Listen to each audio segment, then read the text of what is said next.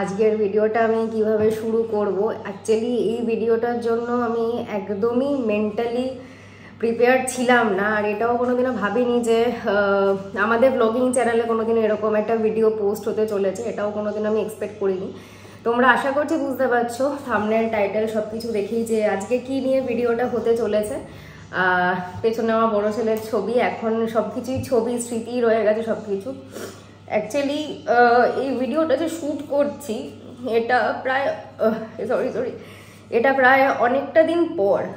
মানে আমরা রকিকে হারিয়েছি হচ্ছে 22 ফেব্রুয়ারি, আর এটা প্রায় অনেকটা দিন, প্রায় 16-17 দিন হয়ে গেছে কোনো রকম ইউটিউব মানে ব্লগিংয়ে কোনো রকম কিছু ভিডিও পোস্ট হয়নি। রিসেন্ট কোনো ভিডিও, যে ভিডিওগুলো তোমরা দেখেছো সেগুলোতে সব রকি প্রেজেন্ট ছিল, সেগুলো সব রকি বেঁচে থাকাকালীন ভিডিও। অ্যান্ড যাই হোক, ওগুলো অনেক কষ্ট করে আমরা এডিট করেছি, মানে বুকে পাথর চেপে বললো যে এডিটটা আমরা করেছি।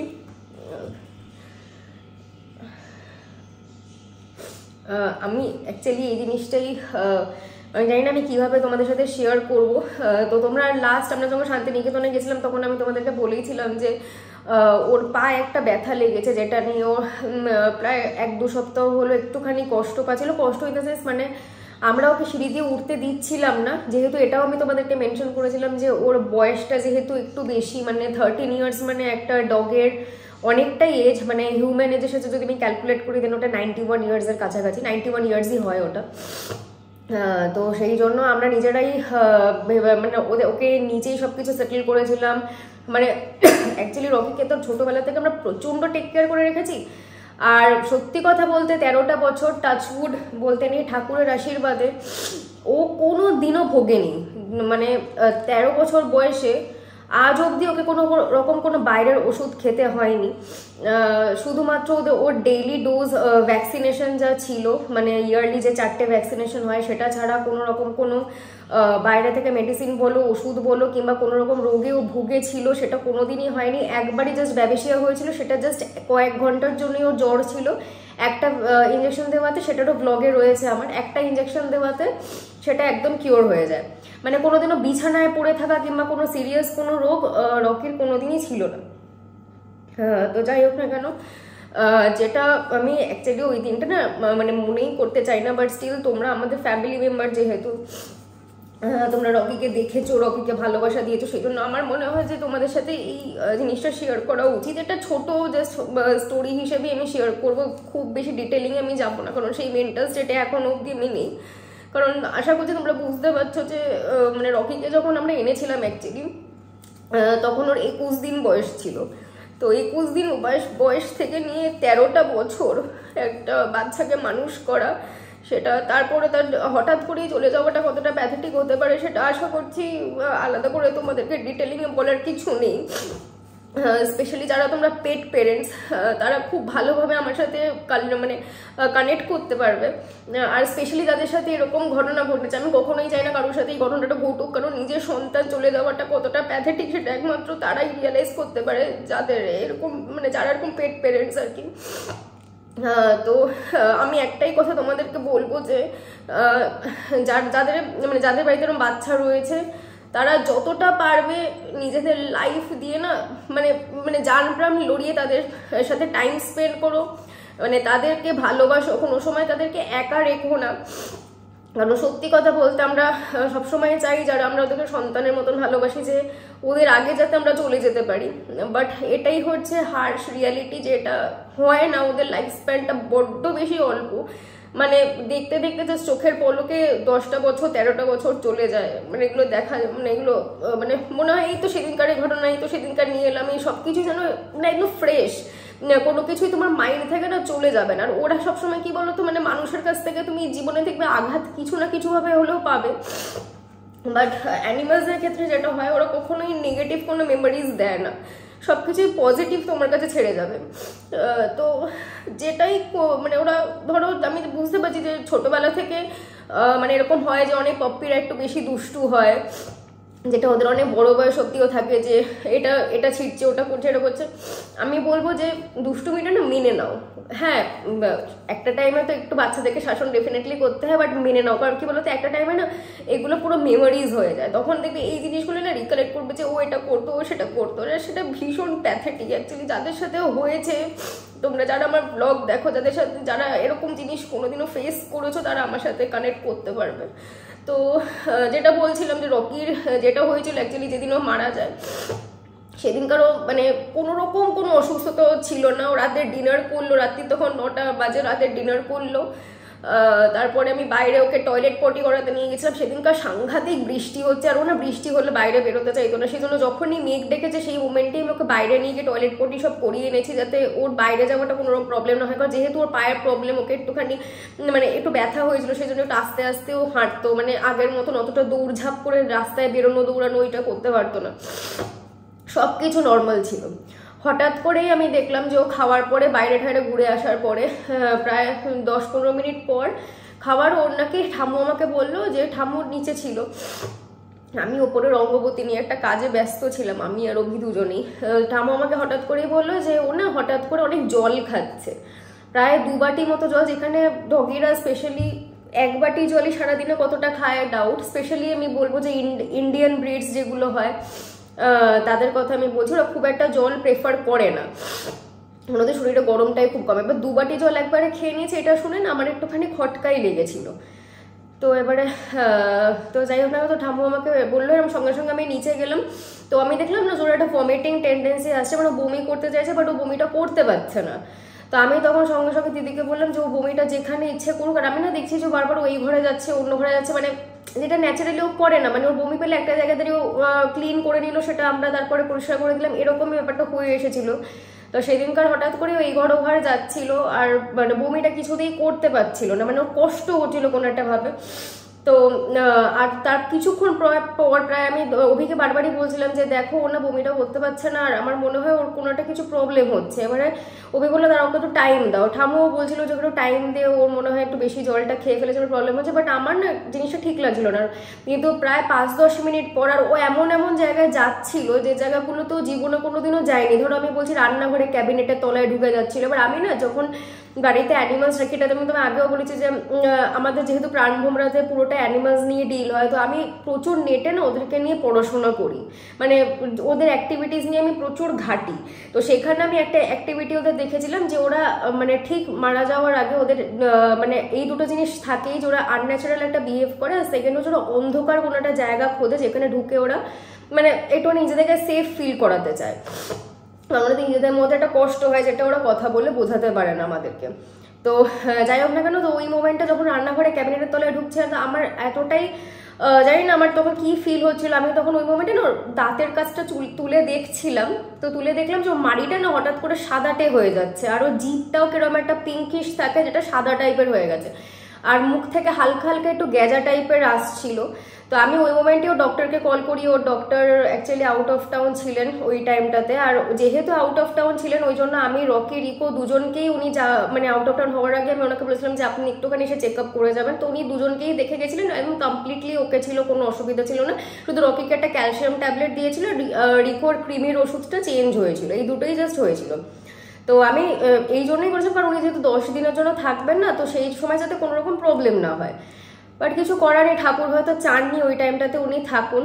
আর সত্যি কথা বলতে, আর তোমাদের যে ঘটনাটা বলছিলাম সেটা বলেই দিই। তো তারপরে আমি ওই মোমেন্টে ডক্টরকে কল করি, উনি তখন আমাকে সিমটম শুনে একটাই কথা প্রথমে বললেন যে এটা কিন্তু কার্ডিয়াক অ্যারেস্টের সাইন। তো বললেন, তখন উনি 2টো মেডিসিন দিলেন, 2টো মেডিসিন আমাকে বললেন ইমিডিয়েটলি তুমি খাইয়ে দাও। তো আর চেষ্টা করো যাতে ও টয়লেট করে, মানে যেহেতু জলটা বেশি খেয়ে ফেলেছে। তো আমি তো মেডিসিন ওকে কোনোদিনই ঠিকঠাকভাবে খাওয়াতে পারি না, কারণ ও ভীষণ অ্যাগ্রেসিভ, যেটা তোমরা জানতে। তো তারপরে আমার বাবা এসে ওই মোমেন্টে আমি বাবাকে কল করি। তা আমি না এমনিতে ওর শরীর খারাপ হলে প্রচণ্ড প্যানিক করতাম, কারণ আমার নিজের মধ্যে আমি যেন বেশি অসুস্থ হয়ে যেতাম, মানে ওকে নিয়ে আমি এতটাই কনসার্ন সবসময়। তো যেটা হয় আর কি, প্রথম তো ওই জন্য একটু বেশি আমি ওকে আদপুতো করেছি। তো যাই হোক না কেন, আমি ওই মোমেন্টে বাবাকেও কল করি, তো সবাই এসে আমাকে একটা জিনিসই বোঝায় যে চিন্তা করিস না, সব কিছু ঠিক হয়ে যাবে, এরকম যেহেতু ফার্স্ট টাইম কোনো অসুবিধা নেই। বাট আমার মনটা না সায় দিচ্ছিল না। আমি কোনোদিনও রকিকে এরকম সিচুয়েশনে দেখিনি। আর যখন ডক্টর বলেছিল যে এটা কার্ডিয়াক অ্যারেস্টের সাইন, সেই মোমেন্ট থেকে না আমি মনে হচ্ছিল যে নিজেকে আমি মেন্টালি প্রিপারেশন নিতে শুরু করেছি, কারণ রকির হাবভাব আমার না ঠিক লাগছিল না, কারণ আমি কোনোদিনই ওই জিনিসটা ওর সামনে ফেস করিনি। যেটা তোমাদের বললাম যে 13 বছর বয়স অব্দি কোনোদিনও ভোগেনি। This is for the first time যে ও একদম পড়লো আর একদমই শেষ হয়ে গেল। মানে আমি তোমাদের পুরো ঘটনাটা বললে তোমরা মানে জানতে পারবে যে অ্যাকচুয়ালি কি হয়েছে। তো তারপরে বাবা আর অভি এসে যখন ওকে মেডিসিন খাওয়ালো তারপরে ঠিক ছিল। তারপরে আমার মা যেহেতু রেকি ট্রেনিং নিয়েছে, যে মা ঠাকুমা দুজনেই, মা বললো যে আমি একটু রেকি করে দিই ওকে, তাহলে যদি ও ঠিক হয়ে যায়। তো মা অনেকক্ষণ ধরে রেকি করছিল, আমার বোন প্রেজেন্ট ছিল, বাবা, কিন্তু আমি ওখানে প্রেজেন্ট ছিলাম না, কারণ আমি না ওই সিচুয়েশনটা দেখতেই পাচ্ছিলাম না। মানে রকির কষ্ট হবে সেই জিনিসটা সত্যি কথা বলতে আমি মন থেকে মেনে নিতে পারি না। আমি লাস্ট 1 ঘন্টা আমি রাস্তাতেই কাটিয়েছি। আমাদের পাড়া থেকে আমাদের দুটো দাদা দিদি, তারপরে আমাদের একটা বন্ধু আছে প্রত্যুষাকে তোমরা চেনো, প্রত্যুষাও এনজিওর সাথে কানেক্ট আছে। তো প্রত্যুষাও এলো, প্রত্যুষার হাজব্যান্ড এসেছে, সবাই ওরা ভীষণ মেন্টাল সাপোর্ট দিয়েছে। তো ওরা 4 জন এসেছিল। তারপরে যেহেতু ডক্টর এখানে ছিলেন না, আমাদের একজন মানে মামন দিদির সোর্সে একটা মানে একজন ছেলে এসেছিলেন, আমি জানি না উনি কি পোস্টে আছেন, বাট একটা জাস্ট ওইখানে ওই সময়টা সাপোর্ট দেওয়ার জন্য যে কি অ্যাকচুয়ালি ওর প্রবলেমটা হচ্ছে সেটা যাতে ডায়াগনাইজ করতে পারে। তো উনি আসার পরে উনি যেহেতু উনি বললেন যে ওই রকির এজটা একটা ম্যাটার, যেহেতু 13 ইয়ার্স এজ, এটা অনেকটাই বেশি একটা ডগের জন্য। তো ওনার যে সিনিয়র ডক্টর ছিলেন ওনাকে কনসাল্ট করলেন উনি। কনসাল্ট করার পরে তারপরে ওকে একটা ইঞ্জেকশনও দেওয়া হলো। ইঞ্জেকশন দেওয়ার পরে তারপরে মা রেকি করে দেওয়ার পরে ও নাকি একটু বমিও করেছিল, মানে বমি করে মা বলছিল একটু হালকা হবে হয়তো। তো বমিটা করে না, তোমরা বিশ্বাস করবে না, ওর মারা গেছে তখন রাত্রির 12:10 বাজে, আর ও 12:12 বাজে, আর 12:10-এও ও পুরো নিচের ফ্লোর অব্দি হেঁটে বেরিয়েছে। মানে যে ধরো মারা যাবে সে তো উঠে দাঁড়ানোর অব্দি ক্ষমতা থাকবে না, কিন্তু মানে এটাই সবাই, মানে আমরা ঠাকুরের কাছে কৃতজ্ঞ। দেখো আমি না সত্যি কথা বলতে ঠাকুরের কাছে চাইতাম যে যাতে ওরা সবসময় সুস্থ থাকে, সবকিছু যাতে ঠিকঠাক থাকে, বাট আনফর্চুনেটলি কিছু করার নেই। এটা মানে হয়ে গেছে, আর মানে এটা হওয়ারই ছিল। মানে আমি ওটাই বলছি যে মানে ওদের লাইফ স্প্যানটা এতটাই অল্প না, মানে মেনে নেওয়া যায় না। তার থেকেও বড় কথা কি বলতো, যে সবাই বলছে যে মেন্টালি একটুখানি স্ট্রং হতে, আর আমি সব থেকে বেশি শক পেয়েছিলাম, কারণ দেখো সবকিছু তো ব্লগে তুলে ধরা যায় না। একমাত্র আমার ক্লোজ সবাই জানে যে আমি রকিকে নিয়ে কি হারে কনসার্ন ছিলাম, ও আমার কোথায় ছিল সেটা একমাত্র আমার ক্লোজ লোকেরা জানে। মানে 24 ঘন্টার মধ্যে হয়তো 20টা ঘন্টা আমি রকির পেছনে, সেরকম রকি এটা করেছে, রকি ওটা করেছে, রকি সেটা করেছে, মানে সবসময় আমি রকির সাথে, মানে ওর জন্য ক্যামেরা ফিট করা যাতে আমি সবসময়ের জন্য ওকে একটা নজরে রাখতে পারি, যে আমি ধরো যে সময়টা প্রেজেন্ট নেই সেই সময়টা যাতে আমি সবসময় দিদিকে বলতে পারি যে এটা ওর প্রবলেম হচ্ছে, এটা করে দাও, ওটাকে সেটা করে দাও। তোমরা নিজেরা ব্লগেও দেখেছো যে ওর জন্যই ক্যামেরাটা আমি সেট করেছিলাম, কারণ যেহেতু মাঝে মাঝে আমাদেরকে বেরোতে হয়, যেমন শান্তিনিকেতনের ট্যুরেই আমি বেরোলাম 2-3 দিনের জন্য, সেই রকম সময় জন্য যে সবসময় আমি নজরে রাখতে পারি ওকে। তো এটাই বলছিলাম আর কি, যে ও কিছুক্ষণের জন্য বিয়ে করলো, তারপরে সিপিআর দিয়েছিল একবার, সিপিআর দেওয়াতে একবার নাকি ও লাইফ ফিরে আসলো। আমি এটা সবকিছুই নাকি তোমাদেরকে বলছি, কারণ আমি কোনো সিচুয়েশনটাই ফেস করিনি। আমি পুরো লাস্ট 1টা ঘন্টা রাস্তাতে দাঁড়িয়েছিলাম, আর সত্যি কথা বলতে না সেই প্রথম দিন, মানে ওই দিনটাই আমি ঠাকুরকে প্রে করেছি যে ওকে কোনো কষ্ট না দিয়ে তুলে নাও, কারণ আমি চাইনি, কারণ আমার মন আমি শক্ত করে নিয়েছিলাম ওই টাইমটাতে যে রকি আর থাকবে না। কারণ রকির এই সিচুয়েশন কোনোদিনও আমি দেখিনি যে ওকে সিপিআর দিতে হচ্ছে, কিংবা ওকে কোনো এরকম শুয়ে আছে, উঠতে পারছে না, মুখ থেকে গ্যাজা বেরোচ্ছে, এই জিনিস আমি কোনোদিনও ফেস করিনি। আর আমি যখন ফেস করেছি সেই মোমেন্টে আমি জানি যে রকি আর বাঁচবে না, রকি আর নেই আমার মধ্যে, ফিজিক্যালি আর রকি থাকবে না আমার কাছে। তো যাই হোক না কেন, তো অনেক করে চেষ্টা করলো, প্রথমবার সিপিআর দিয়ে বাঁচানোর চেষ্টা করলো, তারপরে একবার ফিরেও এসেছিল প্রাণ, তারপরে তার 2-3 মিনিটের মধ্যেই ও আর আমাদের মধ্যে ফিজিক্যালি থাকে না। তো তারপরে অভি আর বাবা দুজনে ওকে নিয়ে যায়, সাথে পল্লবদা ছিল, অভির একজন বন্ধু ছিল পাড়া থেকে, প্লাস সুমন ছিল মানে প্রত্যুষার হাজব্যান্ড, ওরা সবাই মিলে যায়। আমাদের এখানেই একটা ঠাকুরপুকুরের একটা জায়গা আছে যেখানে ডগিদেরকে মানে তোমরা ইয়েও করতে পারো, মানে বাড়ি করা যায় আর কি। তো ওটা দুটো নিয়ম আছে, একটা হচ্ছে একটা পার্মানেন্ট কিছু মার্বেলের করে দেওয়া, আর একটা হচ্ছে জেনারেল ক্যাটাগরি, যেখানে নর্মালি 8 মাস ওখানে গিয়ে দেখা যেতে পারে। আর 8 মাস পরে আবার নতুন মাটি ফেলে নতুনভাবে আবার জায়গা করে দেওয়া হয় বাচ্চাদের জন্য। তো এই ছিল হচ্ছে ফুল স্টোরি। ওর বেসিক্যালি কার্ডিয়াক অ্যারেস্ট হয়েছিল, কার্ডিয়াক অ্যারেস্টেই ও আমাদের ছেড়ে চলে যায়। কিন্তু সবাই একটাই কথা বলেছিল যে মানে ও কোনো কষ্ট না পেয়ে গেছে, সত্যি কথা বলতে। ওর ডক্টরও বললেন, ডক্টর এসেছিলেন, ডক্টর তো ভীষণ ভালোবাসতেন, খুব স্বাভাবিক, আমাদেরও ফ্যামিলি ডক্টরের মতন। রকির পরে রিকোকেও লাস্ট 3 বছর হলো দেখছি, রিকোর সামনে 3 বছর হবে, 3 বছর হলো উনি রিকোকেও দেখছেন। আর তোমরা থাম্বনেলে যাদের ছবি দেখেছো অবভিয়াসলি তাদের সাথে আলাপ করাবো, সেটা ডেফিনেটলি কিছুক্ষণ পর করাচ্ছি। আগে বড় ছেলের গল্পটা তোমাদেরকে বলে দিলাম, কারণ আমি জানি না যে আমি এতটা লেট হয়ে গেছে অ্যাকচুয়ালি এই ভিডিওটা শ্যুট করতে, কারণ আমি সত্যি কথা বলতে মেন্টালি প্রিপেয়ার ছিলাম না এই ভিডিওটা আমি শ্যুট করব বলে। আর সেই জন্য, আর শুধুমাত্র ইউটিউবের ক্ষেত্রে না, রঙ্গবতীতেও অনেকটা এফেক্ট পড়েছে। রঙ্গবতীতেও আমরা ফিজিক্যালি কিছু করার মতন সত্যি কথা বলতে ক্ষমতা আমাদের ছিল না, বাট কিছু করার নেই। দেখো সবাইকেই তো একটা নর্মাল লাইফে ফিরতে হবে, সেই জন্য রকিকে মানে দেখো রকি আমাদের কাছে ফিজিক্যালি নেই, বাট আমাদের মনে তো চিরকাল রকি থাকবে। বাট আমি রকিকে মানে যা হয় আর কি 13টা বছর ধরে তো ঘেটেছি, মানে এখন অব্দি না মানে চোখ বন্ধ করলে আমি পুরো রকিকে ফিল করতে পারি। মানে গায়ের লোম বলো, ওর শরীরের কিরকম যা গঠন ছিল, আমি সব কিছু মানে শরীরে যদি কোনো খুঁতো থাকে সেই জায়গাটাও আমি পুরো ফিল করতে পারি হাত দিয়ে। তো যাই হোক, এই ছিল হচ্ছে স্টোরি। তো এবার তোমাদের সাথে আমার 2 বাচ্চার সাথে আলাপ করিয়ে দিই। আর ওদেরও পেছনে কিছু একটা স্টোরি আছে যেটা আমি তোমাদেরকে শেয়ার করছি আগে ওদের সাথে আলাপ করিয়ে দেওয়ার পর। তো থাম্বনেলে যে দুজনকে তোমরা দেখেছো তারা হচ্ছে এইটা দুজন। ও হচ্ছে সিম্বা।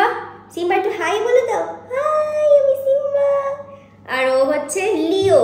লিও একটু হাই বলে দাও, হাই আমি লিও। ইন্ট্রোডিউস হয়ে গেছে? আচ্ছা, সিম্বা আর লিওর একটুখানি একটা ছোট স্টোরি আছে। সিম্বাকে মানে বড় জনকে, ওদের দুজনের 1 মাসের ডিফারেন্স।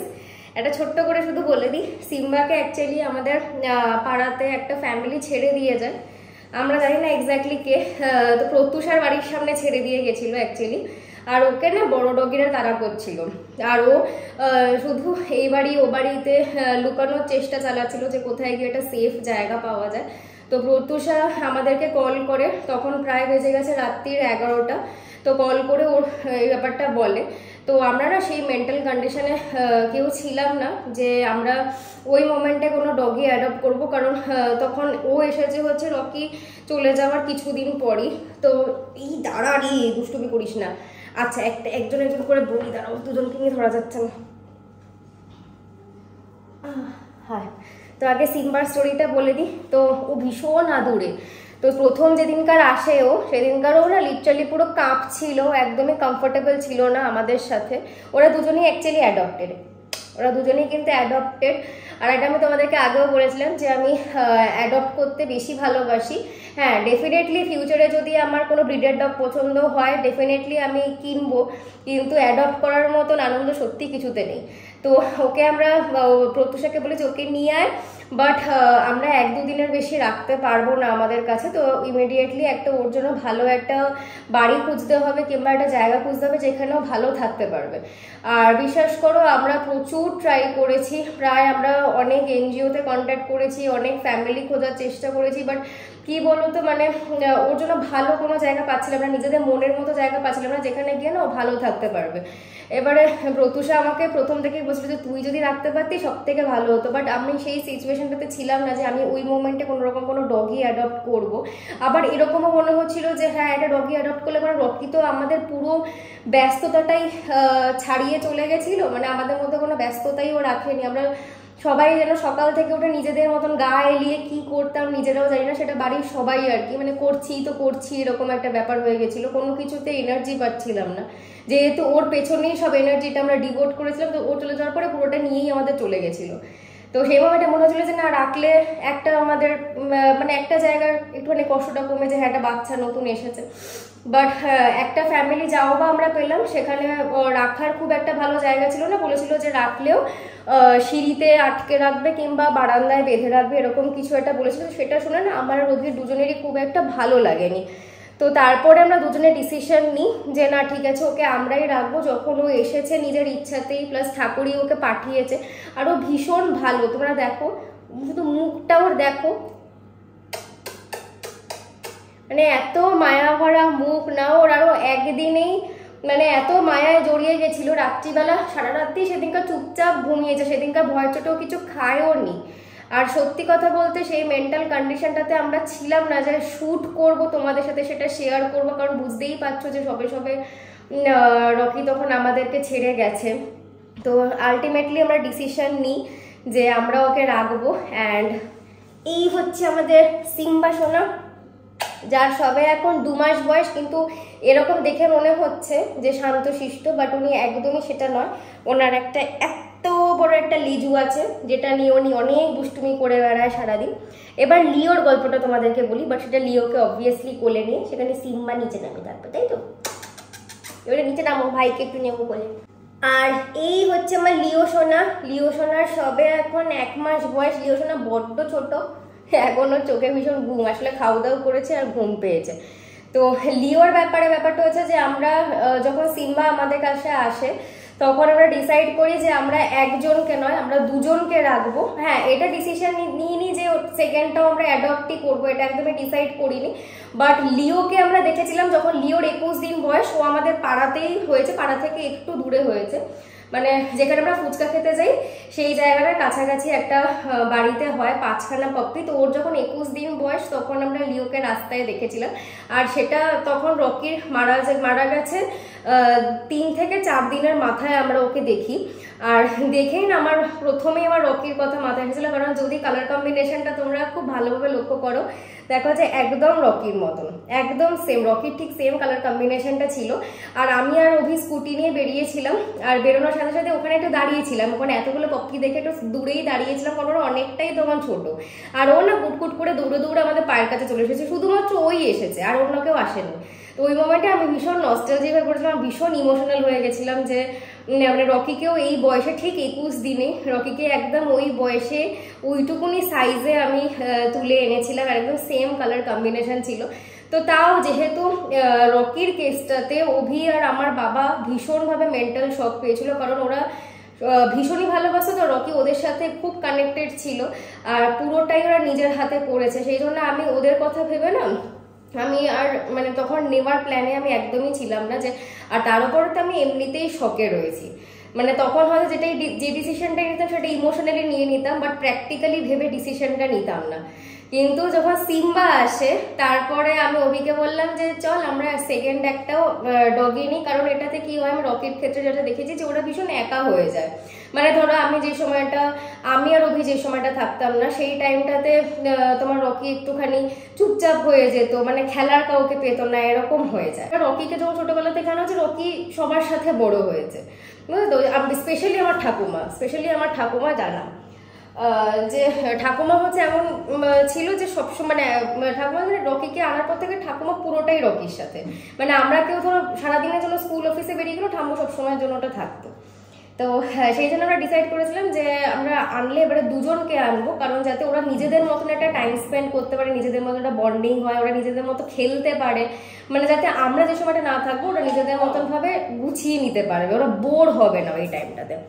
তো তখন একদিন হঠাৎ করেই ওইখান থেকে ক্রস করার টাইমে অভিজ্ঞ বললাম একটুখানি দাঁড়াও তো এখানে, যদি ওই পপ্পিটা থাকে তাহলে দেখি একটু। সেদিনকারও কিন্তু আমরা ডিসাইড করিনি যে আমরা লিওকে নিয়ে আসবো, বাট ওখানে দাঁড়ালাম, দাঁড়িয়ে দেখলাম যে সব পপ্পিগুলো রয়েছে, 5খানা বাচ্চা হয়েছিল, 3টে মেয়ে 2টো ছেলে, আর তো সবকটাই রয়েছে, একমাত্র লিও ওইখানটাতে ছিল না। তো আমি ভাবলাম যে এই সব থেকে ভালো পপ্পিটা, আর যেটার একদম রকির মতো কালার কম্বিনেশন ছিল, সেটাই দেখো কেউ নিয়ে নিয়েছে।